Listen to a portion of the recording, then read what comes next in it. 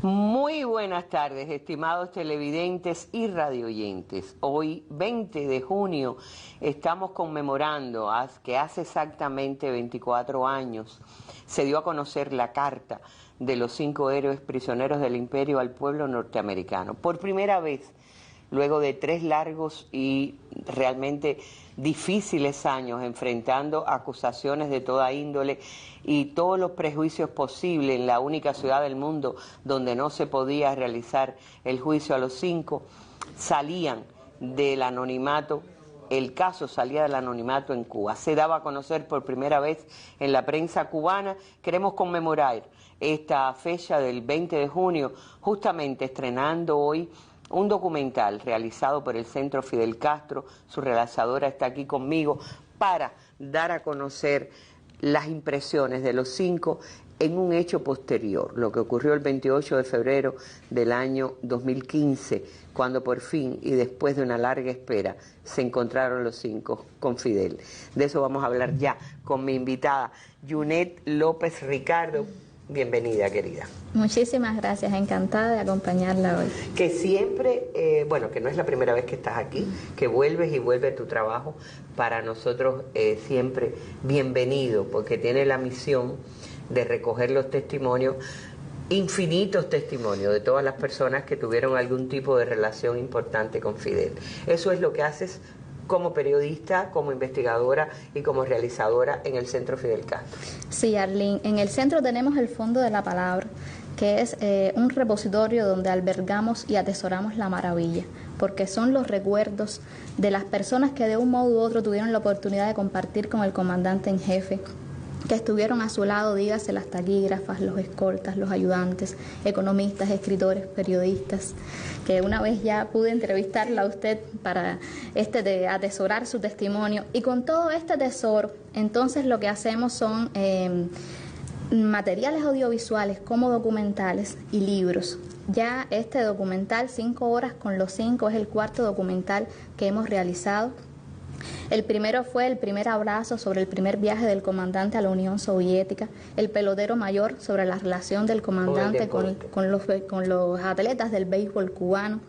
Tuvimos también aquí la dicha de presentar La ternura del gigante, la de los niños, que fue sobre la relación del comandante con los niños, y bueno, ahora 5 horas con los 5, que es un viaje a ese 28 de febrero del 2015, cuando el comandante recibió en su casa a los 5 héroes. Fíjate, una de las cosas que yo quiero recordar, hay momentos claves en el regreso de los 5.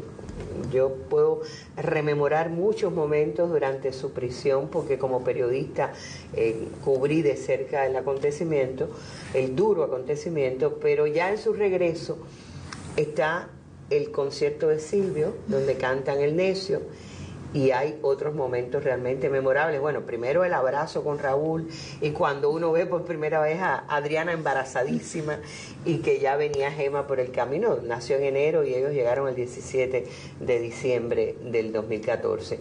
Pero todo el mundo esperaba cuándo los va a recibir Fidel. Parecía que no llegaba ese momento, ellos mismos se desesperaron. Y bueno, vino a ocurrir 2 meses y medio después de su llegada a Cuba, porque era cuando había las condiciones para realizarse. Ahora yo pregunto, a todos los que tú has entrevistado en el Tesoro de la Palabra, de los que he visto yo, de lo que he leído también en el libro que ya publicaste, son personas que han tenido una relación larga con el comandante en jefe, o por lo menos una relación intensa en un periodo de tiempo. En el caso de los 5, no fuiste uno por uno, sino los 5 juntos y escogiste el encuentro. Quiere decir que quizás después hagas un testimonio independiente con ellos, pero ¿por qué este tema? ¿Qué había en ti que te motivó a eso? Bueno, hicimos las entrevistas individuales de los 5, pero ya se acercaba el 28 de febrero del 2025 y en enero visita el centro Gerardo Hernández, y en conversación con Elier Ramírez Cañedo, el subdirector, pues sale el tema de que ya se conmemoraba el 10º aniversario de ese encuentro. Y bueno, coincidimos en la necesidad de hacer un documental que de algún modo eternizara para las futuras generaciones todas las emociones de esas 5 horas. Enseguida el director del centro, René González Barrios, asumió con entusiasmo la idea y nos dimos a trabajar. Yo agradezco muchísimo a todas las personas que aportaron su talento para que viese la luz una obra como esta, pero sobre todo a los 5, a Gerardo, a Fernando, a René, a Ramón y a Tony, porque ellos sin duda alguna me abrieron las puertas de sus recuerdos para volver a revivir esas horas maravillosas que pasaron junto al comandante en jefe. Tenemos que ver que eran hombres muy agradecidos, que venían de vencer las durezas de la cárcel y venían a darle una alegría inmensa al comandante, porque ellos venían a traerle la felicidad de la victoria. Yo a veces pienso que para Fidel el 17 de diciembre de 2014 debió haber sido un día de extrema alegría, porque ver bajar a Gerardo, a Ramón y a Tony por la escalerilla del avión y sentir que ya los 5 estaban en la patria, después de la batalla tremenda que él dio, movilizando a Cuba, movilizando al mundo para traerlos de regreso a la tierra, a la familia, al abrazo de los suyos, y verlos entonces que ya eso se concretaba, Fidel debió haber estado muy feliz. Pero la consumación del triunfo se dio el 28 de febrero del 2015, cuando los 5 entraron a la sala de la casa del comandante y se sentaron a conversar con él. Esas fueron horas maravillosas. Y vamos a ver que ellos se encuentran con un Fidel que tenía ya 88 años, pero que conservaba una lucidez increíble. Un Fidel atento a las noticias, preocupado por los problemas de Cuba, por los problemas del mundo, sumergido en todos sus proyectos de la agricultura. De todo eso les habló el comandante. Ellos compartieron, me decían uno de los escoltas que estuvo ahí ese día, que era como ver el reencuentro de un padre con sus 5 hijos después de muchos años sin verse. Y eso fue lo que se plasmó ahí ese día. Fíjate, hace poco nosotros hicimos una mesa redonda justamente por el aniversario de la mesa redonda, la hicimos con los 5 y ellos contaron ese encuentro. Y yo decía, pero nosotros fue una pregunta de un programa de 1 hora, y Yuné ha hecho 25 minutos, casi 26 minutos con ese tiempo. Fueron 5 horas con Fidel, pero creo que es importante advertirlo, no hay testimonio grabado de ese diálogo. Es decir, fue totalmente privado, lo único que hay es fotografías. Solo fotografía, y por lo tanto hay que conformarse y adivinar. Los únicos que podían abrir esa puerta eran ellos. Yo pregunto, porque también me surgió la duda en este caso, porque veo los escenarios que fueron distintos. Y Fernando está evidentemente en el ICAP, en el Centro Fidel Castro creo que está Gerardo o Tony, y Ramón está en su casa o en su oficina, con lo cual fue por separado. Y decía yo, bueno, Tony fue el último en ser entrevistado porque hay unas bromas con Tony que después él las responde, ¿no? ¿Cómo lograste que dialogaran entre ellos sin estar juntos? Exactamente, yo comencé con Gerardo en el Centro Fidel Castro, de ahí fui a la casa de Él te dio las claves. Exactamente, es que todos me fueron dando pistas y yo fui poco a poco hilvanando y tejiendo los hilos de esas 5 horas. Por eso es que en el documental puede a veces sacar una sonrisa y a veces desprender una lágrima con todas esas historias. Los minutos con el comandante eran infinitos, él tenía esa capacidad de hacer que el tiempo desapareciera y esas 5 horas se extendieron y esas 5 horas con esos recuerdos maravillosos pudieron extenderse hasta los 25 minutos de un documental donde no atrapamos todo, pero al menos la esencia de esos minutos. Ellos fueron, como mismo me confesaron, privilegiados por estar allí en la intimidad del hogar del comandante, por ser testigo incluso del rol más tierno de Fidel, de verlo como abuelo rodeado de sus nietos, de escuchar sus consejos, cuando lo veían librando una batalla. No vayas a decir lo que les digo, no vendas tu documental, no lo regales todavía. No, solo diré que les dio un consejo que les sirve para toda la vida, les servirá para toda la vida. Y ahí estuvieron ellos, lo pudieron abrazar, pudieron conversar con él y lo veían librando una de las batallas más duras, a mi juicio la batalla más dura que libró el comandante, que fue contra el tiempo. Pero Fidel supo siempre vencer los relojes. Fidel no creía en que pudiese vencerlo algo, ni siquiera el tiempo. Y entonces esa también fue una lección que les dio ese día. Bueno, a ver, yo preguntaba que tú eres una muchacha muy joven, tienes apenas 30 y pocos años, periodista hace unos pocos años, por supuesto, también, y sin embargo lograste, y lo digo, prepárense, yo les digo a los fidelistas y a los seguidores de los 5, los que estuvieron al tanto de su proceso, que preparen el pañuelo. Yo no me pude contener de ver esa emoción que brotó en ellos durante, a lo mejor no, a lo mejor es que yo tengo fácil la llave de las lágrimas, pero me conmovieron mucho. Pero yo pregunto, a ti tiene que haberte dejado, dentro de todos los testimonios que has recogido, porque no es un trabajo sencillo reconstruir una historia sin los protagonistas, es decir, es con retazos que vas sumando, construir eso que decías tú, amarrar esas historias, tejerlas. Sí, siempre para mí es una enorme satisfacción sentarme a conversar con alguna de estas personas. Es una clase, es una escuela donde me siento mucho más cercana al comandante. Cuando yo nací, ya Fidel era un hombre que sobrepasaba los 70 años. Y la imagen última que conservo de él, pues no es la del Fidel vigoroso de los primeros años de la revolución. Sin embargo, a través de todos los recuerdos de estas personas que sí lo vivieron, que sí estaban ahí a su lado cuando Fidel era un torbellino que estremecía Cuba entera, y también que estuvieron a su lado en los últimos años, donde no dejó de ser ese torbellino, porque aunque muchos piensen que los últimos 10 años del comandante estaba en casa, tranquilo, sosegado, Fidel nunca dejó de trabajar. No descansó. Nunca descansó, y esos testimonios valiosos me llegaron de los ayudantes que lo acompañaron en la última etapa, porque escuchar a Fermín, a Cosme, a Patricio, es para mí haber vivido también un poco, haber llegado a la casa y encontrarlo, a Yopis, que era escolta también. Es uno de los testimonios más bellos que yo Exactamente, y todo eso lo atesoramos, pero no para nosotros. Fidel no es del centro, Fidel es de Cuba, Fidel es de todos los cubanos, Fidel es del mundo. Tú dices, 5 horas con los 5 ya se estrenó en el centro. Sí. ¿Con qué público? ¿Escuelas y como hacen ustedes habitualmente? Sí, siempre van niños de escuelas primarias, de escuelas secundarias, las personas de los alrededores del centro, y ese día, el 13 de marzo pasado, pues allí nos acompañó René, nos acompañó Gerardo, nos acompañó Ramón, tuvimos la dicha inmensa de que ellos nos acompañaran, y ahí estrenamos el documental. Para mí fue muy satisfactorio ver que se desprendieron las lágrimas también de esos que estaban ahí y que ellos se emocionaron también.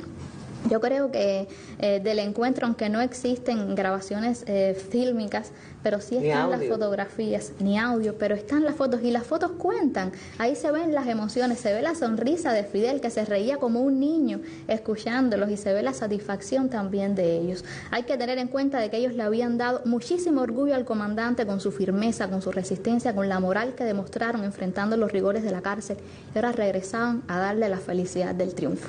Vamos a hacer una pausa pequeñita para ver un fragmentico de lo que es este audiovisual. 5 horas con los 5 que rememoran un acontecimiento esperadísimo por los 5 y por el pueblo de Cuba. El encuentro entre el comandante en jefe y los 5 héroes cubanos prisioneros del imperio.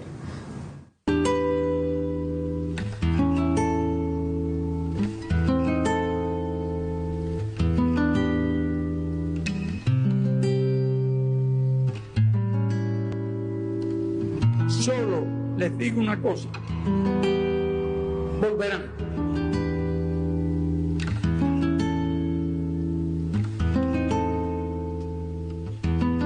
Para los 5 era una preocupación constante en la prisión ver al comandante vivo y poderle dar el abrazo, la gratitud que queremos, que los 5 sentimos por él. Él lo soñó, él lo predijo, él dio esa orden y Raúl la cumplió, por supuesto, pero la cumplió con Fidel en vida. No hubiera sido igual si nosotros regresamos sin él, sin su presencia. El pueblo de Cuba entero estaba esperando ese encuentro de Fidel con los 5, precisamente sabiendo eso, ¿no? Que era el colofón de la victoria por nuestra lucha.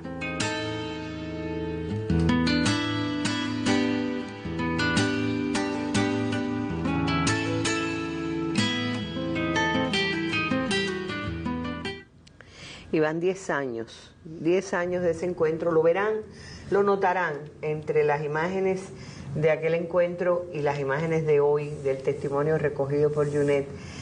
Hasta me colaste una foto mía por ahí y uno dice cómo han pasado los años, como dice la canción, una de las canciones favoritas de Tony. Realmente me interesa mucho profundizar un poquito porque no quiero quemar el documental, no quiero que las personas vayan a adivinar para que lo esperen, para que se sienten a verlo. Se disfruta mucho. Son 5 personas muy simpáticas, muy reflexivas, profundas. No son personas que pasaron por ahí y ya, cuentan cosas tremendas. Pero quiero ir al tesoro de la palabra y a lo que tú has podido recoger ya. ¿Cuántos testimonios? Estamos cerca de los 150 testimonios ya. Así que es importantísimo, sobre todo aprovechar la gente más cercana en el tiempo a Fidel, ¿no? Personas que ya tienen una edad avanzada. Has logrado con los combatientes, los expedicionarios del Granma o los combatientes del Moncada que todavía viven. Sí, cómo no. Hace unos meses estuvimos en casa de Gilberto Alonso y pudimos entrevistar lo que es de los sobrevivientes del expedicionario del Granma que nos quedan. Sí. Y su lucidez es increíble. Y Gilberto cuenta como si hubiese pasado ayer la travesía. Y todo eso lo atesoramos, incluso ya en agosto pasado publicamos su testimonio para que Cuba entera lo viera, porque como te decía Arlene, no podemos atesorar para nosotros solamente, hay que darlo a conocer, hay que sacarlo a la luz, porque la gente está ávida, tiene sed de seguir viendo a Fidel y sobre todo los jóvenes. ¿Cómo se puede acceder a esos testimonios? Hay un libro ya, de una parte. Sí. Tenemos el libro Fidel Castro, el arte de gobernar, que es sobre los métodos y el estilo de trabajo del comandante, que sacamos a la luz en la Feria del Libro a partir pasado. De esos mismos testimonios. A partir de esos mismos testimonios. ¿Quién es mejor que los que estuvieron a su lado para decirnos cuáles eran los modos de hacer que empleaba el comandante para dirigir los destinos de Cuba? Y entonces también hacemos, como nos hemos habituado ya cada noviembre y agosto, una serie de testimonios que estrenamos en el noticiero estelar de la televisión. Y ahí también los publicamos, las historias de ellos, personas que estuvieron toda su vida prácticamente al lado del comandante, a veces desconocidas, porque fue tanto el rigor y la compartimentación que requería su obra, que incluso cuando se han publicado los testimonios es que los vecinos del barrio han conocido de que ellos eran tan cercanos al comandante. Claro. Y entonces, bueno, sacamos los libros. Yo ahora mismo también terminé de hacer otro libro, que es sobre todo para eso, para acercar al pueblo a quién en realidad fue el comandante, al hombre tan inmenso que fue.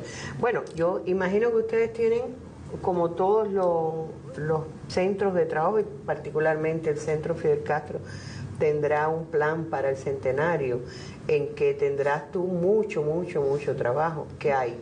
¿Con qué nos van a sorprender en el centenario? Bueno, estoy segura de que hay un libro que va a ser recibido con muchísimo amor por el pueblo, y es el libro Hermanos del Alma, que es un acercamiento a la relación entre Fidel y Raúl, los líderes de la Revolución Cubana. ¿Contada por otros o por ellos mismos? ¿Ha sumado todo? Este libro tiene de todo un poco. Tiene testimonios de compañeros de lucha, pero también tienen las voces de ellos recogidas en entrevistas, recogidas en libros anteriores, y se teje una historia que va desde el 3 de junio de 1931, cuando nace Raúl, y por primera vez Fidel contempla a ese hermano del alma, hasta el 21 de enero de 1959, cuando frente a 1 millón de personas en medio de la Operación Verdad, Fidel da a conocer al pueblo que si algo le pasase a él, sería Raúl quien lo sustituyese, sería Raúl quien levantase la bandera de la lucha. Y los tiempos que pasaron, puedo ser tu madre y puedo contar tantos años en que si Fidel estaba en un lugar, Raúl no estaba en él, porque existía el riesgo de que quisieran asesinarlos a los dos. Ahora que vivimos tiempos que nos traen de vuelta eso, porque se está escenificando en Oriente Medio el asesinato selectivo a los líderes de los procesos que se han mantenido de manera independiente en todos estos años. Bueno, me gustaría sobre todo, está el libro Hermanos del Alma, pero habrá otra edición de testimonios, como puede ser los que vamos a ver hoy, de 5 horas con los 5, van a estar también en un libro, una página web del Centro Fidel Castro los está poniendo, en YouTube tienen un espacio, yo sé que tienen.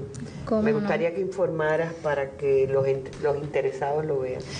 Y porque la mesa también tiene su versión digital y se ve en el exterior y mucha gente la puede bajar de ahí. Arlene, aunque nosotros hemos trabajado muchísimo en los últimos años, es solamente la punta del iceberg. Hay muchísimo más por descubrir. Hay diamantes profundos en esa mina a los que debemos llegar. Y con todas estas entrevistas de los 5, claro que se puede hacer un libro. El arte de gobernar, por supuesto que hay material para hacer un segundo tomo. E incluso ayer mismo recibimos en el Centro Fidel Castro a Elian González, que nos dio una entrevista maravillosa, y ya esa entrevista está en la página web del centro para todos los que quieran acceder y puedan leerla. Y nosotros seguimos trabajando, seguimos haciendo. Creo que esa es la clave, no frenar. Hay que continuar buscando los testimonios, hay que continuar escribiendo, hay que continuar realizando los materiales audiovisuales y hay que continuar acercando a la gente a Fidel, que ese es el objetivo. En el tesoro de la palabra están los testimonios, pero yo me imagino que hay también tesoro de la visualidad, que puede haber videos y fotografías. Es decir, se está guardando también todo esto. ¿Cómo no? Nosotros tenemos en el centro un archivo que es una riqueza documental también, porque conservamos imágenes en video y en fotografía del comandante desde los años de su infancia hasta el año 2016. Tenemos un archivo muy rico y a disposición de todas las personas que lleguen al centro, que puedan acceder a él. Muchos estudiantes nos visitan para hacer tareas, trabajos de clase. Muchos trabajadores cuya obra esté vinculada de un modo u otro a la historia también encuentran allí en el centro un asidero, un lugar al que pueden ir, donde siempre van a recibir el apoyo y también la promesa de que van a encontrar verdaderas maravillas sobre el comandante. Pero digo, en internet también. Sí, como no, tenemos la página web, exactamente. Y en las redes sociales igual. En las redes sociales yo les recomiendo particularmente, les decía que les recomiendo el pañuelo, porque me sorprendí a mí misma llorando como si escuchara por primera vez historia que conozco de primera mano, de los 5, de haber vivido. Te agradezco profundamente, aunque sea en una pequeña foto, aparezco ahí y me recordó tanto los años que han pasado, las vivencias que tuvimos y lo que queda, porque sin dudas, como decías tú, fue un día de mucha felicidad. Esas 5 horas fueron... Ya estoy quemando el documental, mejor me callo, pero yo lo comparo con aquel 28 de junio del año 2000 en que Elian apareció en el avión en los brazos de su padre en el aeropuerto José Martí, y este país entró en una fiesta, esa fiesta que provoca solo los profundos sentimientos de la familia, ¿no? Que yo creo que así se asumió. Y en el caso de los 5, fue eso también. Yo no puedo olvidar cuando empezó a decirse por Telesur y por otros medios a las 12 del día simultáneamente el general de ejército y el presidente Obama harán una declaración. Y yo dije, ¿cómo? Espérate. Y liberado el Alan Gross y no sé cuánto, y entonces averigua, y una compañera nuestra de prensa latina, Daisy Francis, dice esto: han cambiado, han sacado de su prisión a Ramón, lo cambiaron de prisión, eso es muy raro, y a Gerardo, y a Tony, y ahí todo el mundo dijo, los 5 vienen. Nunca olvido, porque fue un día de mucha emoción, que salí, estaba a espera del dentista, y tenía turno, y le dije a la compañera que me iba a atender, me voy. Y cuando llego a montarme en el carro, había unos viejitos haciendo ejercicio, digo, váyanse para la casa, que hay tremenda noticia a las 12 del día. Creo que ningún cubano olvida lo que estaba haciendo aquel día 17 de diciembre. Y ahorita hablábamos de los hermanos del alma, y esa fue una batalla que ganaron los hermanos del alma. Que lo dice, bueno, creo que ahí sí quemamos un fragmento que Víctor nos ponía, que es cuando Ramón recuerda o Gerardo recuerda que la promesa fue de Fidel, volverán, pero la cumplió Raúl. Y eso pasó muchas veces a lo largo de la historia. Te agradezco, Yunet. Hay otra cosa con que podrás sorprendernos en las próximas semanas o meses. ¿Tienes algo en cartera? Material audiovisual para la mesa. Bueno, ya ahora en agosto saldrán la próxima serie de testimonios que tendrá los recuerdos de personas que estuvieron cercanas al comandante. Va a haber recuerdos muy valiosos de diplomáticos, de personas que estuvieron a su lado, que conocieron la integridad de Fidel, que conocieron de su moral de primera mano, porque estaban muy cercanos. Y entonces siempre es bueno escucharlos, porque ellos nos trasladan muchos años atrás, pero nos acercan mucho más a Fidel. ¿Extranjeros? Por ahora no, pero sí tenemos que comenzar a entrevistar. Bueno, nosotros ya publicamos a Frei Beto, a Ramonet, personas que extranjeros, pero claro. Exactamente, y ya los publicamos también, pero vamos a seguir entrevistando a todos, ya sean cubanos, sean extranjeros, que tengan vivencias, porque Fidel era del mundo, Fidel es querido, respetado en el mundo. Ahí tienes a Franchella con el famoso testimonio aquel de que Fidel paró el avión y Fidel le dijo, lo único que quiero es agradecerte, que hagas reír a mi pueblo. Así mismo. Algo así, estoy apelando a mi memoria. Te agradezco muchísimo y por supuesto confío en que el próximo estreno también tendrá su salida por aquí, por la Mesa Redonda. Cómo no, aquí estaremos. Y por nuestros sitios en internet, Cuba Debate, la Mesa Redonda y bueno, todo con Filo y todo lo que hacemos en Ideas Multimedia. Gracias, querida, por este testimonio, y yo reitero, solo me queda invitarlos a que se sienten cómodamente, si es posible en familia, y los que tienen el lagrimal suelto como yo, pues que preparen pañuelos, porque se llora y se llora con ganas, pero es un llanto muy alegre y es un llanto de mucha satisfacción cuando recordamos uno de los días más felices de nuestra vida. Gracias a ustedes por su atención y los dejamos con este precioso regalo de Yunet, del equipo de realización. ¿No dijiste el nombre? Hay un editor y un camarógrafo que trabajan contigo. Sí, tenemos Fidel Arias y Luis Miguel Rondón, cámara y edición. Bueno, pues gracias a ellos también. Van a ver este testimonio.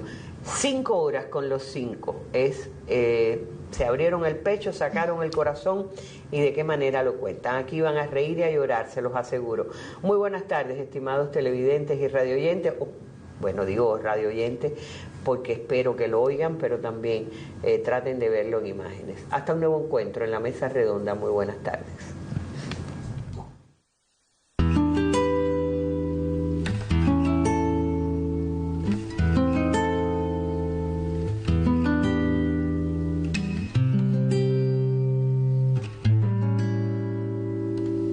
Solo les digo una cosa, volverán.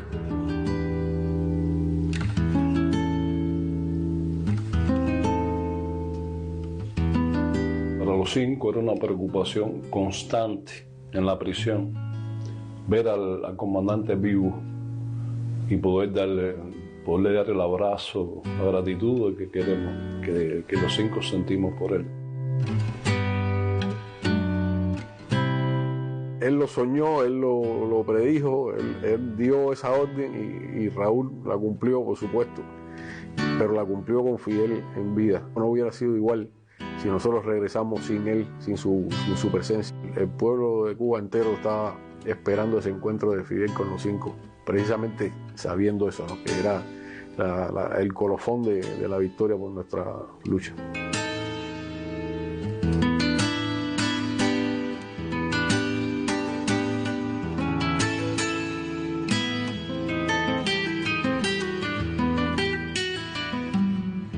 Aquel 28 de febrero del año 2015, ese gran sueño se nos hizo realidad. Nosotros llevábamos días esperando ese evento, ¿no?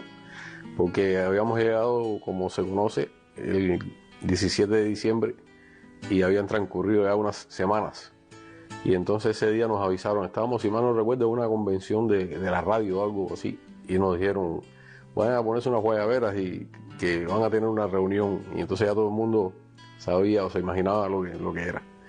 Y nunca se me olvida que tan pronto llegamos a la casa y descendimos del transporte, nos estaba esperando la compañera Dalia y nos dijo, el comandante lo primero que quiere es pedirles excusa porque no lo recibió antes, pero bueno, él dijo, dejen a los muchachos tranquilos, que descansen con sus familiares. A la llegada, al entrar, que él está de pie y nos saluda, y uno podía percibir la emoción en él. Lo primero que me viene a la mente es la calidez del recibimiento. Parecía que había llegado a la casa de un amigo, de una persona que conocías de toda la vida, y enseguida nos abrimos a la conversación. Yo recuerdo que una vez que entramos así mismo ahí, en la misma casa y en la puerta, él dice, bueno, yo les puedo decir que en la isla de Pino, en la isla de la Juventud, cuando estuvimos presos, teníamos estas condiciones, había muchos mosquitos, y para leer, y una lamparita, y nos agenciábamos. Pero ahora yo quiero que ustedes me digan, fíjate, él dijo, yo voy a agarrar mi pedacito, pero para darle el pie a que ustedes me digan, ahora yo quiero que ustedes me cuenten cómo fue la experiencia de ustedes. Durante el tiempo en prisión me la pasé diciendo, algún día yo tengo que contarle esto a Fidel. Y en ese encuentro con los 5 pude contárselo, ¿no? Y ocurrió en los primeros días de nuestra prisión, cuando nos bajaban a la corte. Y entonces ese día estábamos en un sótano que une a los dos edificios de la corte y el de la prisión, y teníamos que ir entrando hacia el edificio de la corte, pasarle por delante a unas filas de presos, y en la primera fila pegado a la puerta ya había un preso, el primero, que nos miraba con tremenda cara, ¿no? Y eran los días en que estábamos en la prensa constantemente, los espías de Castro que vinieron a destruir a los Estados Unidos, que hay que ahorcarlos, etcétera, etcétera. Y entonces le digo a los muchachos, tengan cuidado cuando pasemos por delante de este hombre, porque a pesar de que estábamos encadenados, ¿no? Pero bueno, voy a hacer cualquier cosa. Y en el momento que pasamos, él dice, ustedes son los cubanos, ¿no? Y digo, sí. Y dice, no traicionen a la revolución, que Fidel nunca lo va a abandonar a ustedes. Dijo una palabrota. Manténganse firmes, yo soy cubano, yo vine por el Mariel, yo sé lo que les digo, manténganse firmes, que Fidel nunca los va a abandonar a ustedes. Gritaba ahí en medio de todo aquello. Nosotros no pudimos pararnos, ¿no? Pero él seguía gritando hasta que su voz se apagó ya y no lo escuchamos más. Y nunca lo volvimos a ver, ni supimos cómo se llamaba, nada más que era cubano y que se había ido por el Mariel.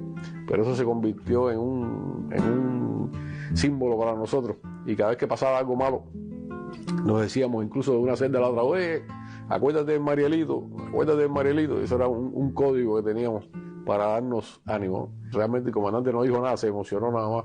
Hizo así, evidentemente emocionado, hizo así con la cabeza como...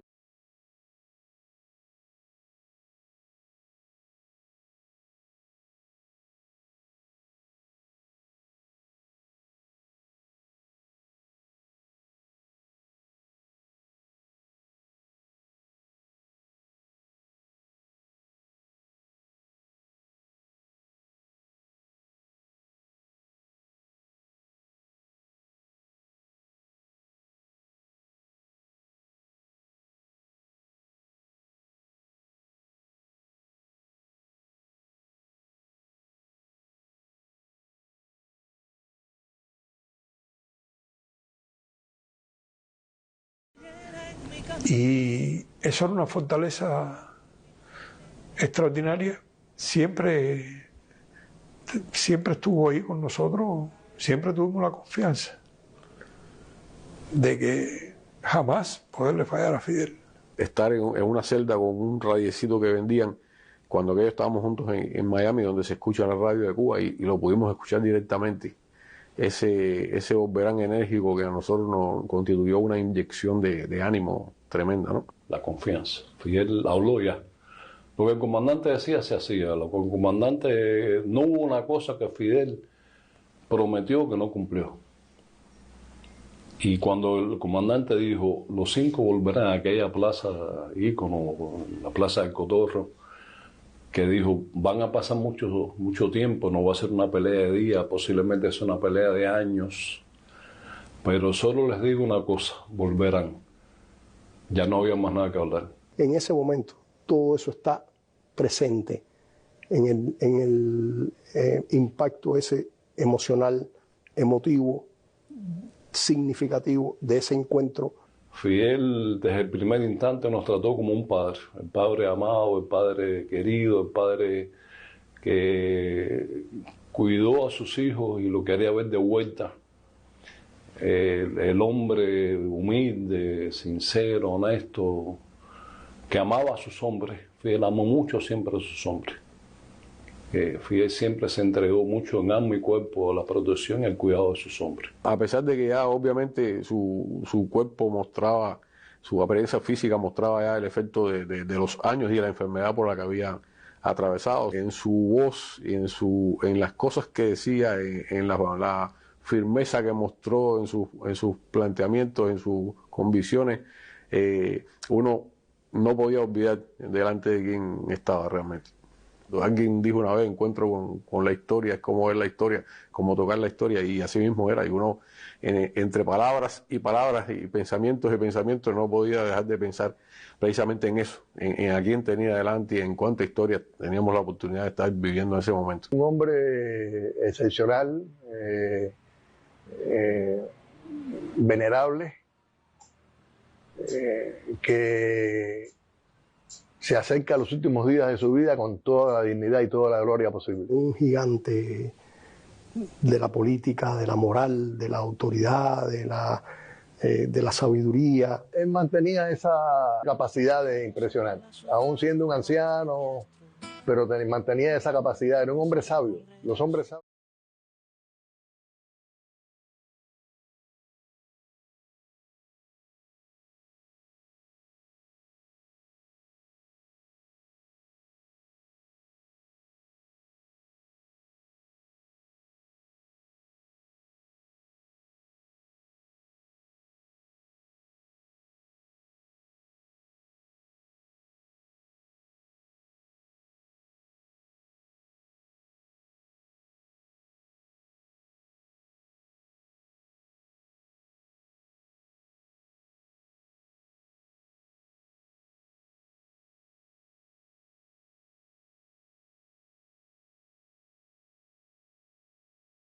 Su lucidez era extraordinaria. Y estuvimos 5 horas conversando de diferentes temas, de las inquietudes que él siempre tuvo sobre la paz en el mundo, la seguridad, la alimentación animal para conducir a la alimentación de los seres humanos. Siempre sale a relucir el tema de la prisión, las historias de los 5, la experiencia que tuvimos cuando estuvimos en la misión y estuvimos presos. Ahí, claro, sale también a relucir su experiencia, ¿no? Yo pienso que ahí hubo como un intercambio de experiencia entre prisioneros, por decirlo de alguna forma. Y le dimos bastante taller a esas historias. Ahí se conversó de historia de la actualidad, se repasó un poco de la historia de Cuba. Hablamos de muchísimas cosas y él dedicó un gran tiempo en la conversación a los temas en los que se encontraba trabajando por esos días, porque él nunca dejó de trabajar y nunca dejó de pensar y de idear maneras para beneficiar a nuestro pueblo y para beneficiar a la humanidad. Y él estaba inmerso, como tú sabes, en las investigaciones sobre las plantas proteicas.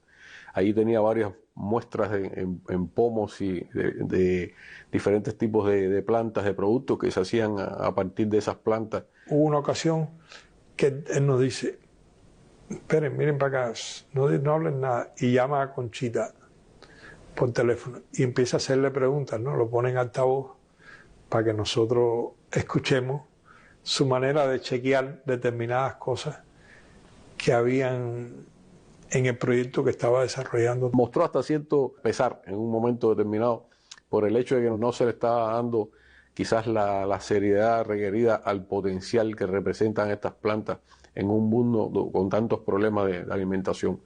Y yo creo que la historia una vez más le ha dado la razón. Nos hizo una explicación exhaustiva sin mirar un documento de toda la cantidad de calorías que produce una hectárea de frijoles comparado con la cantidad de calorías que produce una hectárea de moringa, y si la moringa viene en cápsulas, si la moringa viene de manera natural, si viene en polvo, si viene de diferentes, y con todo un dominio. Entonces tú podías ver a una persona que, a pesar de la edad, primero, impresionante la inquietud intelectual. Leía mucho, tenía muchos datos estadísticos muy frescos, que eso es otra cosa que también hay que señalar de comandante, la mente prodigiosa, una mente genial, pero además una memoria para conservar los hechos y utilizarlos en el momento que había que utilizarlos y expresarlos de la única manera que él lo sabía expresar. La importancia de saber leer, él nos indicaba cuáles son los medios de prensa que son más confiables. Increíblemente tenía ahí abajo en una mesita muchos reportes de prensa. Me acuerdo que se refirió al tema de los combustibles, algunas informaciones de los combustibles en el mundo, y mencionó algunos medios que eran las informaciones más confiables que debían.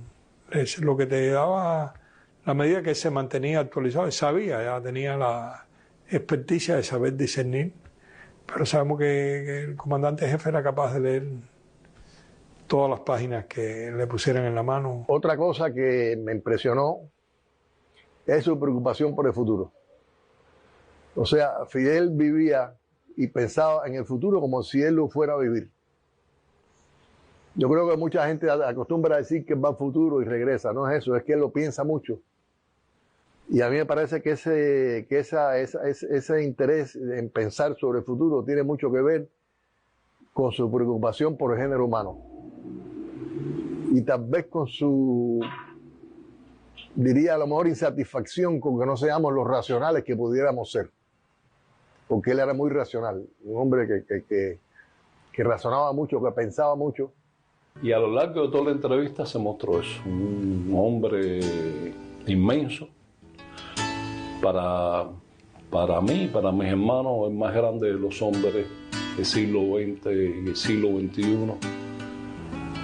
Y nos trató siempre con familiaridad y abordó siempre temas muy importantes de la realidad en Cuba, de la realidad en el mundo, muy preocupado siempre por nuestro pueblo, muy preocupado siempre por conseguir el bienestar de nuestra población. Para Fidel todo fue una batalla, todo fue un combate, todo símbolo importaba, todo detalle tenía un peso y él tenía esa capacidad de que no se le fuera nada. Y yo pienso que sí, que él siempre fue un guerrillero hasta el último día de su vida.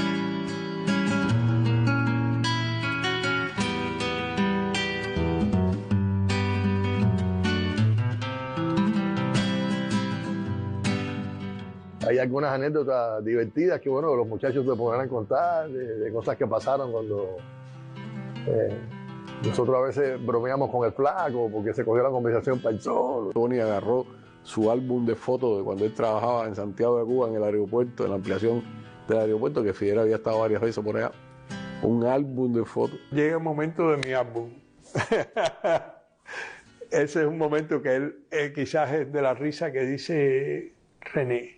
Y empezó a mostrarle foto por foto a Fidel, la historia de cuando Fidel fue, y nosotros nos mirábamos diciendo, oye, hace falta que Tony nos dé un chance. Tenía una foto con el comandante jefe del año 1988. Tenía 30 años y él había ido a chequear la obra de impresión del aeropuerto, que yo era el inversionista principal de Santiago de Cuba. Y él está hojeándola con mucha alegría, ¿no? Le digo, mira, este soy yo. Y él está ahí muy vigoroso, ¿no? Ahí, con año 68. Y las otras fotos son ya 2005, 2004. Y cuando llega esa foto, él no tiene la gorra puesta, él está hablando con el teléfono. La foto viene de un ángulo que él está de lado. Lo veo que se detiene con la foto del teléfono. Y entonces él elabora rápidamente la pregunta para saber de dónde es la foto. Cualquiera hubiera preguntado, ¿y esta foto tiene que ver con aquello? Pero la pregunta del comandante jefe es extraordinaria. Y me dice, así sonriente, dice, porque lo estoy contando del año 88, me dice, y en el año 88 a mí se me había caído tanto el pelo. ¿Cómo decirme? Esto no puede ser de aquello, ¿no? Pero fíjate qué cosa tan... que bueno, nos reímos todos, ¿no? Hubo momentos cómicos, ¿no? Porque como todo en lo que pasa, me recuerdo, pues, además, mis hermanos siempre que nos reunimos hablamos de eso. En un momento, Gerardo quería entregarle un sellito de los 5 al comandante, lo había guardado para esa ocasión especial. En un momento determinado, cuando nos dio un chance, cogí el sellito y me lo puse ahí en la mano. Y le dije, mire, comandante, este es un sello que hicieron los compañeros de la Solidaridad a partir del logotipo que hicimos en prisión, que llegó a convertirse en el logotipo de nuestra causa, ¿no? Realmente, y esto es un sello. Y Tony se para y dice, sí, y se lo queremos poner, ¡boom! Y me quitó el sello de la mano y se lo puso a Fidel. Y yo, ahí está la foto de Tony poniéndole el sellito y yo mirándolo como diciendo, te voy a coger. ¿Qué pasó? Yo termino, estoy aquí parado con el álbum y Gerardo está sentado. Como yo estoy parado aquí, además no quiero interrumpirle, le dice, mire, comandante, el sellito, y le entrega, aquí en esta mano, le entrega el sellito al comandante. Yo que aún estoy parado, yo estaba en el otro extremo de edad sentado, que aún estoy parado ahí con mi álbum, lo estoy mirando, que él abre el sellito, lo va a poner y entra aquí a la de esto y está tratando de ponerlas eso, que es muy difícil, cualquier persona, ¿no? Y yo tomo el atrevimiento de decirle, no, déjeme ayudarlo, déjame tú la confianza esa de... Y yo lo que me recuerdo son sus dedos, como queriéndome decir, sí, no te voy a negar que me ayude, pero déjame hacerlo a mí, ¿no? Y me siento un poquito así, esto nunca lo he dicho, me siento un poquito en que sí hizo o no, pero él, entre su gentileza y saber que ayudarlo, bueno. Pero detrás de eso lo que vino fue otro aspecto. Y era que quien debía poner el sellito era Gerardo y no era yo. Que a mí ya me había tocado la foto y lo del sellito era Gerardo. Eso fue una de las tantas historias, digamos, colaterales, ¿no? Que disfrutamos mucho después y que todavía hoy, cuando hacemos referencia a ese día, nos reímos mucho.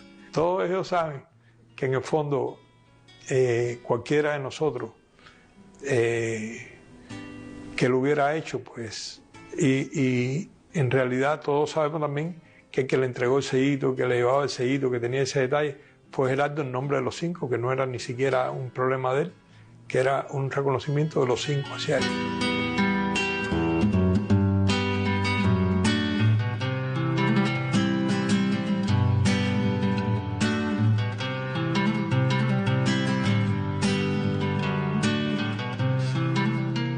A partir de cierto momento, ya ha avanzado el tiempo, se incorporan hijos, nietos, familiares, y se va, el diálogo se amplía, hay un intercambio entre unos y otros, nosotros, y él nos va explicando, ella está ahora estudiando esto, el nieto se sienta en la pierna y le ala la barba y él juega con él. Entonces, es un Fidel otro. Yo creo que es un privilegio. Fue la oportunidad también de ver una arista de este ser humano enorme en su dimensión política, moral, militar, ética, y a la misma vez humilde, sencillo y familiar.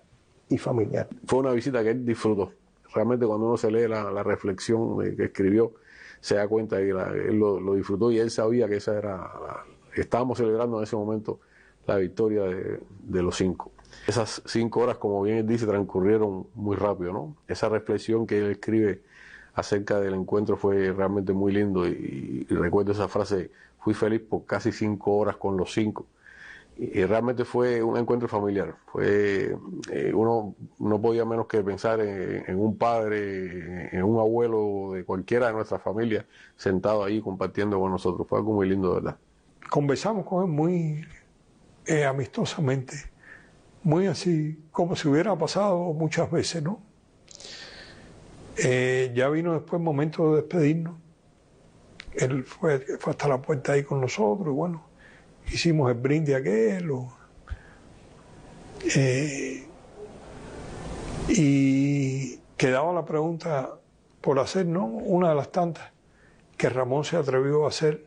Al final yo me atreví a preguntarle en qué nosotros los 5 podemos ser más útiles.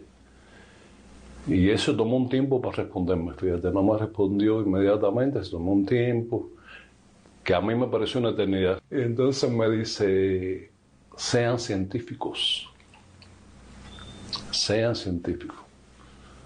Y es una frase profunda, ¿no? Tú dices, bueno, dicha del comandante. Y salimos debatiendo qué quería decir Fidel. Y cada uno hicimos nuestra interpretación, es ir a la raíz de los problemas. Eso lo decía Martí. Ser radical es ir a la raíz de los problemas. Y lo que quiso decir, pienso yo, a veces nosotros nos reímos porque cada uno hace su interpretación, pero lo que quiso decir no es eso, hay que seguir estudiando, uno tiene que seguir aprendiendo, sin importar cuánto te queda de vida, las expectativas que tú puedas o no tener sobre lo que te espera en el futuro, que uno debe seguir estudiando y aprendiendo porque es lo que nos hace humanos. Y de la manera en que yo lo interpreto tiene que ver con llegar siempre a la esencia, no quedarnos en la superficie, ¿no? Indagar siempre, buscar siempre las razones, los motivos, las esencias. No que nos dedicáramos a la ciencia, no que nos convirtiéramos en investigadores de un centro científico, sino que fuéramos hombres que en todo lo que hiciéramos en la vida nos apegáramos a la ciencia, a la realidad, a la verdad.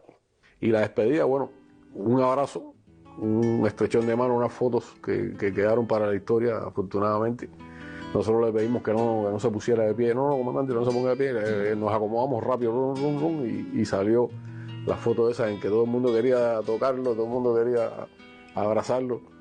Y realmente nuestro vuelo se alegró mucho cuando vio esas imágenes. Yo pienso que fue el encuentro más importante de nuestras vidas. El de mayor impacto, el más esperado, el más profundo, que vamos a llevar siempre con nosotros como la más alta condecoración, por encima incluso de ser héroes de la República de Cuba, es habernos reunido con el comandante. Fidel tuvo muchos motivos para ser feliz. Muchos motivos. Pero si esas 5 horas le causaron a él 5 horas de felicidad, bien vale la pena haber tenido que pasar por cualquiera de las situaciones que pasamos nosotros, si al final condujo a 5 horas de felicidad para Fidel. Aquellos días de regreso fueron momentos muy felices, lógicamente, extraordinariamente, pero las horas más felices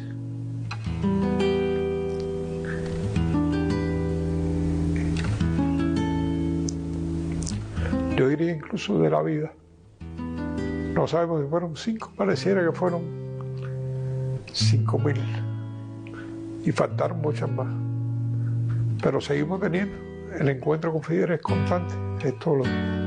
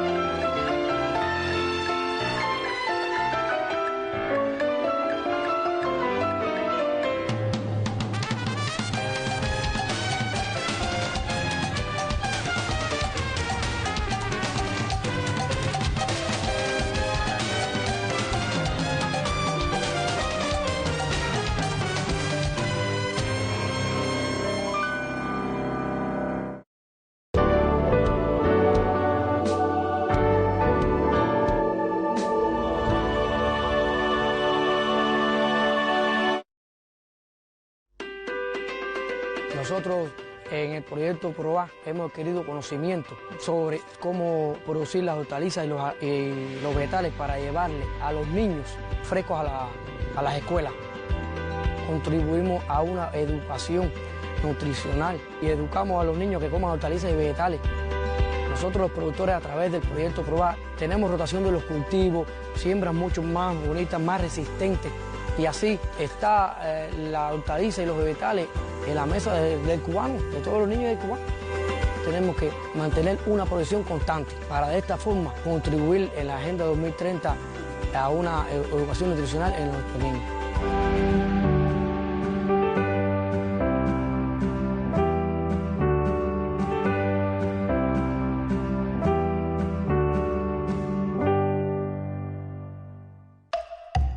Concurso Caracol 2025. La Asociación de Creadores del Cine, la Radio y la Televisión de la UNEAC convocan al concurso Caracol 2025. Las obras podrán inscribirse en la siguiente dirección electrónica. Igualmente, debe enviar el enlace de descarga disponible en la plataforma de YouTube antes del 1 de agosto. Se acepta toda obra de radio, televisión o cine estrenada, exhibida o transmitida en Cuba entre el 5 de septiembre de 2024 y el 31 de julio de 2025. Es obligatorio llenar el formulario de inscripción, ya sea por la vía digital o personalmente. Convocatoria: Concurso Caracol 2025.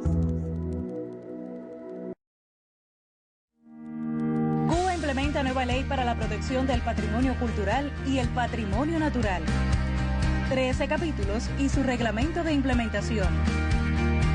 Una herramienta legal para la gestión, la salvaguardia y protección. La Ley 155 del 2022. Ley General de Protección al Patrimonio Cultural y al Patrimonio Natural.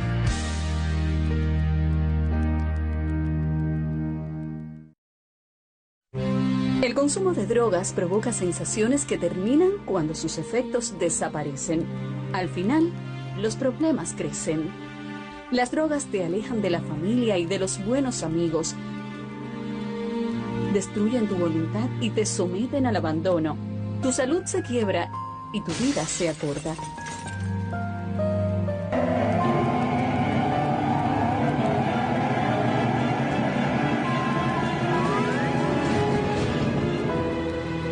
Busca ayuda.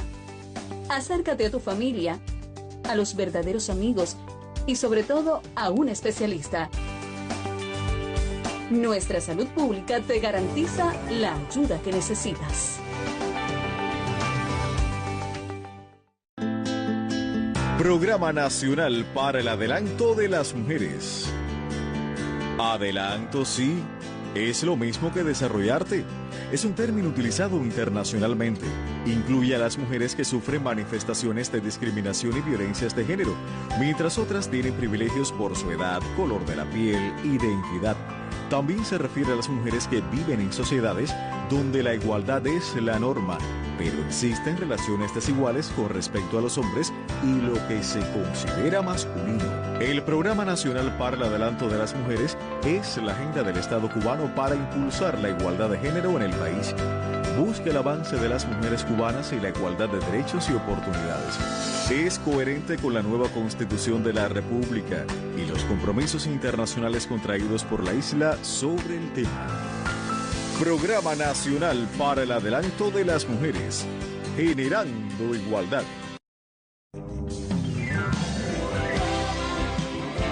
La situación ha sido un modo de crecimiento, ha sido una forma de apoyo, las diferentes becas que otorga a cierto tiempo, el apoyo visual, y ha sido una forma de expresarme más allá de la música. Cada año que pasa me convenzo más de que la asociación es una de las mejores cosas que tienen los jóvenes cubanos.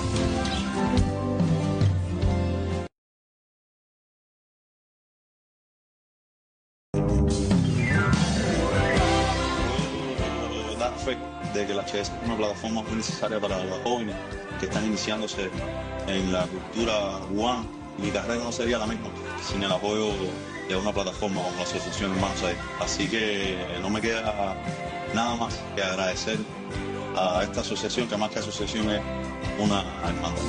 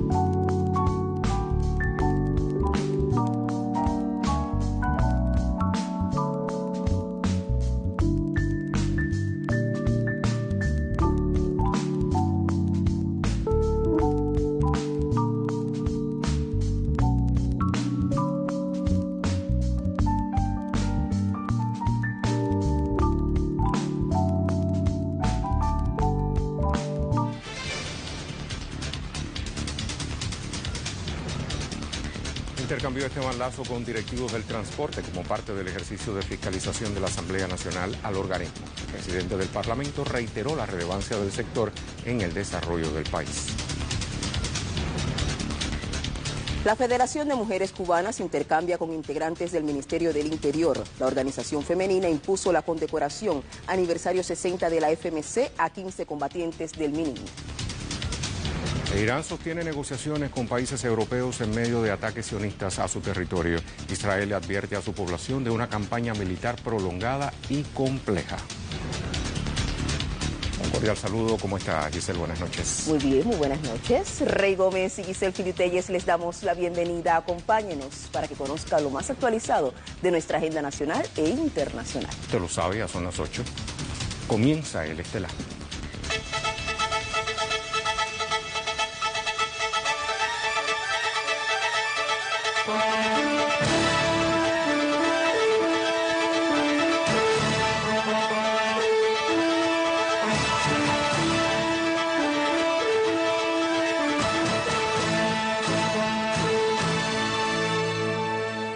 El miembro del Buró Político Esteban Lazo Hernández, presidente de la Asamblea Nacional del Poder Popular, intercambió con directivos del sector del transporte como parte del cronograma del ejercicio de su más alta fiscalización por parte del Legislativo. En la jornada se ratificó la relevancia del sector en el desarrollo socioeconómico del país. También se debatieron los retos, experiencias y potencialidades del organismo. En correspondencia con lo establecido en la Ley número 131 de Organización y Funcionamiento de la Asamblea Nacional del Poder Popular y del Consejo de Estado, el miembro del Buró Político del Comité Central del Partido, Esteban Lazo Hernández, presidente del Parlamento cubano, analizó este viernes en la sede del Ministerio del Transporte varios aspectos derivados del ejercicio de la más alta fiscalización a este organismo, previo a la discusión del informe de sus resultados por las diputadas y diputados en el próximo periodo ordinario de sesiones del Legislativo cubano, con la participación del ministro del ramo, Eduardo Rodríguez Dávila, del Consejo de Dirección Ampliado de este organismo y integrantes de las comisiones del órgano supremo del Poder del Estado participantes en este proceso. Lazo Hernández recordó la trascendencia del ejercicio de la más alta fiscalización como una oportunidad para el fortalecimiento del sector, como un movimiento de masas y de participación popular en cada centro y en cada entidad, para alcanzar resultados superiores, de innovación para buscar soluciones frente a las problemáticas ante el desafiante escenario económico del país y generalizar las mejores experiencias. Diputados de varias comisiones parlamentarias desarrollaron un amplio cronograma de trabajo donde fue esencial la participación y el intercambio con los trabajadores y directivos del sector del transporte y la población en general a través de diversas acciones. Bueno, tenemos que decir que desde el anterior periodo ordinario de sesiones, con la adopción del acuerdo 10/112 de la Asamblea Nacional, comenzó realmente un intenso trabajo de todos los diputados que conforman las comisiones de atención a los servicios, la Comisión de Asuntos Económicos y la Comisión de Educación, Cultura, Ciencia, Tecnología y Medio Ambiente de nuestra Asamblea Nacional. Hasta este minuto que nos encontramos en el cumplimiento de uno de los pasos más importantes del cronograma aprobado, que es el análisis y discusión del informe que se llevará a esta análisis del plenario en la Asamblea Nacional con el Consejo de Dirección del Ministerio de Transporte. Nuestros diputados realmente visitaron 135 municipios, más de 450 entidades del sistema de transporte en todo el país, y se han contactado con un nivel importante, más de 15.000 personas, ya sean trabajadores del sector en todas sus áreas, hablemos de los trabajadores portuarios, del grupo empresario de transporte automotor, de los ferrocarriles y de la aviación civil de Cuba, y también con un nivel importante de la población. Previamente, Esteban Lazo conoció la experiencia del proyecto Desafío de este ministerio, valiosa iniciativa de relación, información e intercambio con la población, de incorporar las opiniones de la ciudadanía a la gestión del transporte, entre otros aspectos de relevancia en el ejercicio de la comunicación social como pilar en la gestión del Estado y del gobierno cubanos. Participaron también en el fructífero encuentro Ana María Mari Machado, vicepresidenta de la Asamblea Nacional del Poder Popular y del Consejo de Estado, Marta Hernández Romero, coordinadora de las comisiones parlamentarias, entre otros diputados y autoridades del sector. Enrique Moreno Jiménez, Canal Cubano de Noticias. El pasado 6 de junio recordamos el aniversario 64 de la Constitución del Ministerio del Interior, institución clave en la protección y tranquilidad de nuestro pueblo. La mujer ha desempeñado un papel fundamental en esos dos factores. Así se recordó en un encuentro entre la FMC y el MININ este viernes.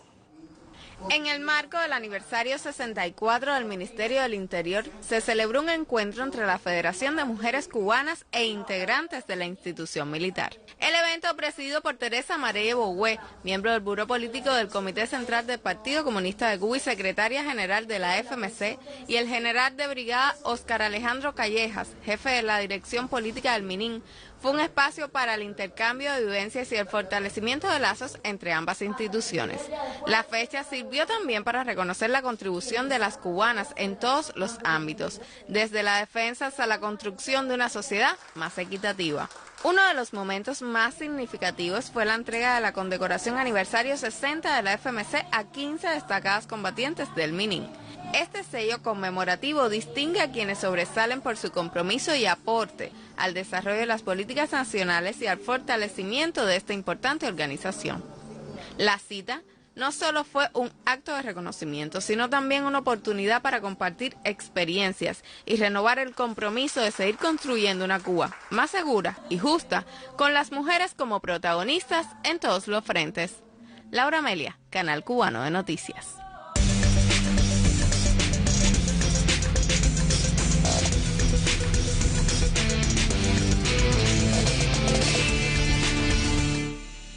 El ministro de Asuntos Exteriores de Irán, Abbas Araghchi, se reunió en la ciudad suiza de Ginebra con sus contrapartes de Alemania, Francia, el Reino Unido y la Unión Europea. Los jefes diplomáticos conversaron durante 3 horas sobre la situación generada por la agresión israelí. De respetuoso y serio, calificó Araghchi el intercambio con sus pares europeos y agregó que las capacidades de defensa de su país nunca serán negociables. Respecto a las negociaciones directas sobre el programa nuclear con fines pacíficos, la posición de la nación persa es clara. Estas quedan detenidas hasta que cesen los ataques de Tel Aviv. La alta representante de política exterior de la Unión Europea, Kaja Kallas, se mostró a favor de mantener abiertas las conversaciones con Teherán. Desde Washington, D.C., el presidente Donald Trump descartó las posibilidades de éxito de la gestión diplomática del bloque comunitario. Mientras esta jornada, Israel continuó atacando objetivos militares y ciudades e infraestructura civil iraníes. El ejército de Israel tuvo que sincerarse con la población de su país respecto a la duración de su agresión a Irán. El jefe del Estado Mayor, teniente general Eyal Zamir, pidió a sus conciudadanos estar preparados para una campaña prolongada. Zamir consideró la situación como la más compleja de la historia de Israel. Quedan por delante días difíciles, afirmó. Sus declaraciones coincidieron con el impacto de más misiles lanzados por la nación agredida en respuesta a los ataques iniciados por el ente sionista hace ya una semana. Los proyectiles golpearon golpearon diferentes puntos del territorio israelí en la oleada número 17 de la Operación Promesa Verdadera. El primer ministro Benjamín Netanyahu, instigador del conflicto, se personó en un sitio que sufrió los trágicos efectos de sus decisiones bélicas. Entre tanto, la jefatura del Estado Mayor de las Fuerzas Armadas iraníes instó a evacuar a los habitantes de Tel Aviv y Haifa, devolviendo la advertencia lanzada por su enemigo. Y pasamos a España. Agentes policiales accedieron a la sede del gobernante Partido Socialista Obrero Español en Madrid con el fin de recabar datos para una investigación por corrupción. La Unidad Central Operativa de la Guardia Civil copió los mensajes del correo electrónico de Santos Cerdán, hasta hace poco secretario de organización del mencionado partido. El también exdiputado enfrenta cargos por presuntas irregularidades en la adjudicación de contratos de material de salud durante la pandemia de COVID-19. El caso implica al exministro de Transporte José Luis Ábalos y a uno de sus asesores, Koldo García. La acción policial no se considera un registro, sino un requerimiento de información ordenado por un magistrado del Tribunal Supremo. Recientemente, el presidente del gobierno, Pedro Sánchez, pidió perdón a la ciudadanía y a la militancia del PSOE por confiar en los implicados. Y así finaliza nuestro segmento de información internacional.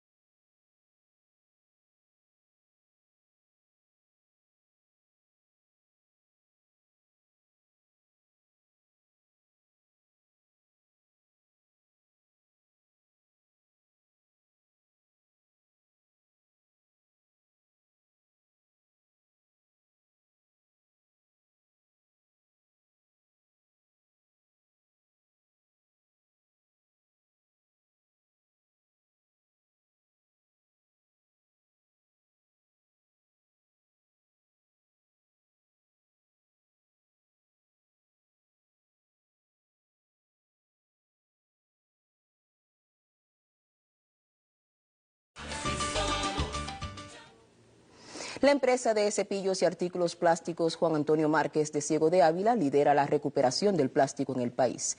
La planta reutiliza los residuos generados por otras industrias en más del 70% de sus producciones. A partir de las acciones de reconversión, la eficiencia productiva de Cepil contribuyó a que la provincia obtuviera el máximo galardón en el movimiento político Ciego en 26. La reutilización de todo el plástico que se genera en la industria es un principio básico para los obreros de la empresa de cepillos y artículos plásticos Cepil. Esta entidad asume los residuos plásticos de otras entidades del territorio para luego clasificar y procesar esos desechos que hoy constituyen la principal materia prima de más del 70% de las producciones que en esa fábrica se realizan. La utilización del desperdicio de material plástico puede provenir de nuestros propios procesos industriales de transformación del plástico o puede provenir del desperdicio externo que compramos o adquirimos de entidades externas. Las dificultades con el acceso a materia prima indispensable para la fabricación de envases y otros accesorios que distinguen a Cepil en el mercado nacional y local les ha impulsado a buscar alternativas para mantener activa su producción. El 50% de toda la resina transformada en este año en la empresa proviene del reciclaje. Y el otro 50% no ha sido material plástico importado, también ha sido material plástico que se ha gestionado dentro del propio país, de inventarios ociosos, de relaciones con formas de gestión no estatal o con producciones cooperadas con empresas estatales. El reciclaje conlleva a ese encadenamiento con otras organizaciones y a la vez tiene un componente muy grande de innovación porque hay que adaptar los flujos productivos a la utilización del desperdicio. En medio de los desafíos globales de contaminación por plásticos, la empresa de cepillos y artículos plásticos Juan Antonio Márquez, Cepil, de Ciego de Ávila, emerge como un modelo de economía circular, convirtiendo residuos plásticos en recursos valiosos para la industria local. Desde Ciego de Ávila en 26, Jenis Rodríguez Zavala, Canal Cubano de Noticias.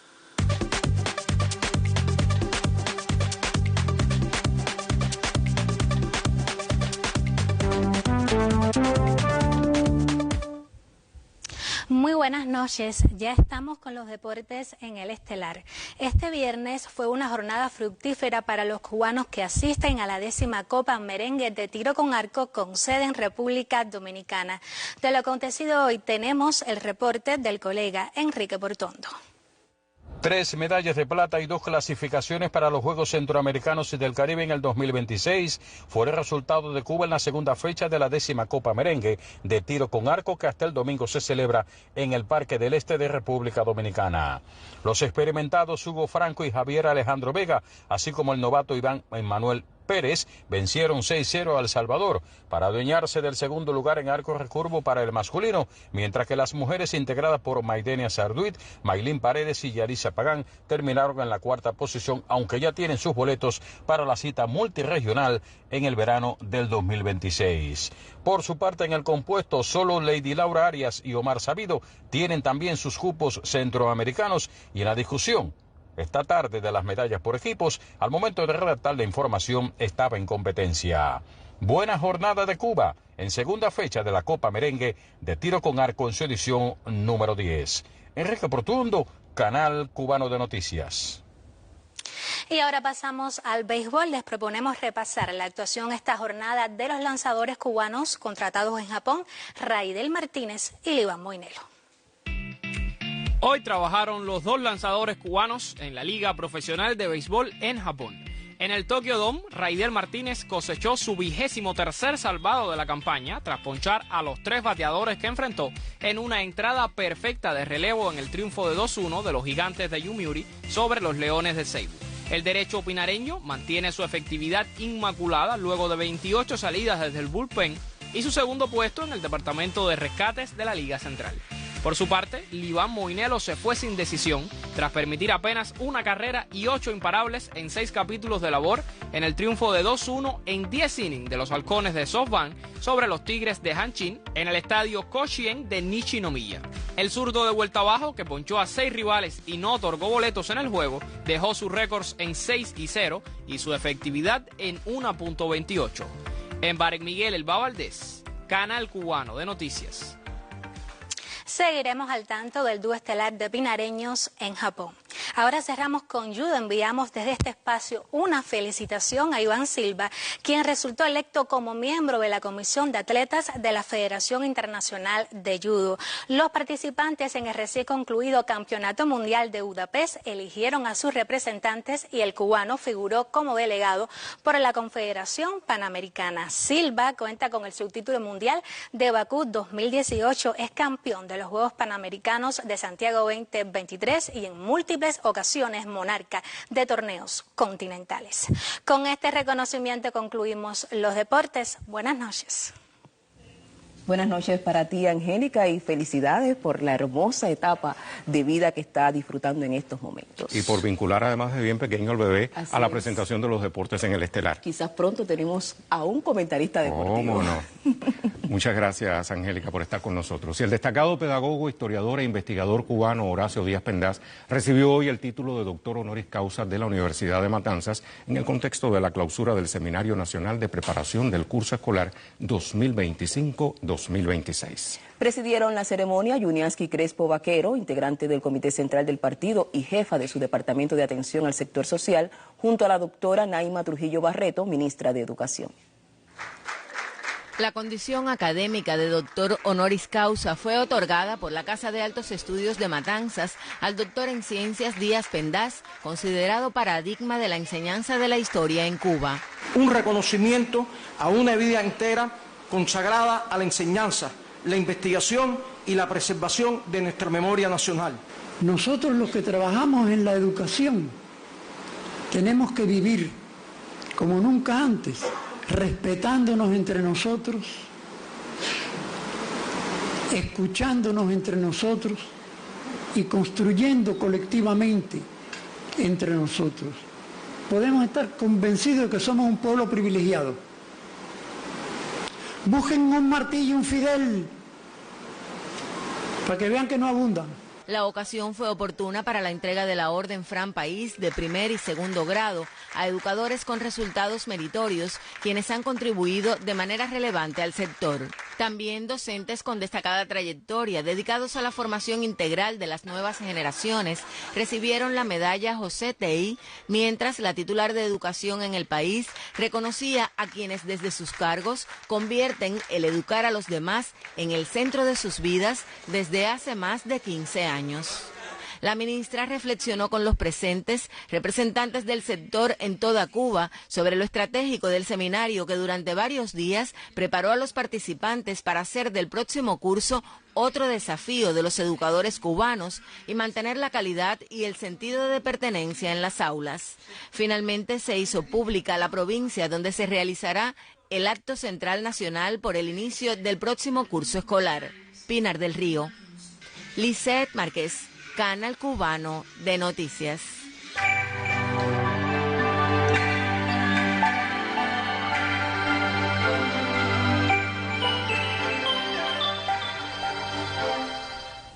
Buenas noches. En superficie, Cuba se mantiene bajo la influencia de las altas presiones oceánicas que extiende su dorsal hasta el Golfo de México. Sin embargo, en el aire superior tenemos la presencia de una baja en la parte occidental de nuestro territorio, también otra en el oriente y se localiza también en las inmediaciones de las Bahamas. Estas situaciones meteorológicas incentivan los procesos de precipitación con actividad de chubascos, lluvias y tormentas eléctricas que han llegado a ser fuertes, como ocurrió en Pinar del Río, en la localidad de Mantua, una tormenta local severa con vientos fuertes estimados de 90 kilómetros por hora, también fuertes descargas eléctricas y lluvia fuerte en un corto periodo de tiempo. Se puede apreciar en una imagen más ampliada de satélite la actividad de nublados con fuerte actividad de chubascos y tormentas eléctricas en la parte occidental de nuestro país, aquí en Pinar del Río, en la Isla de la Juventud, y en el resto de la parte occidental y también hacia zonas del interior y sur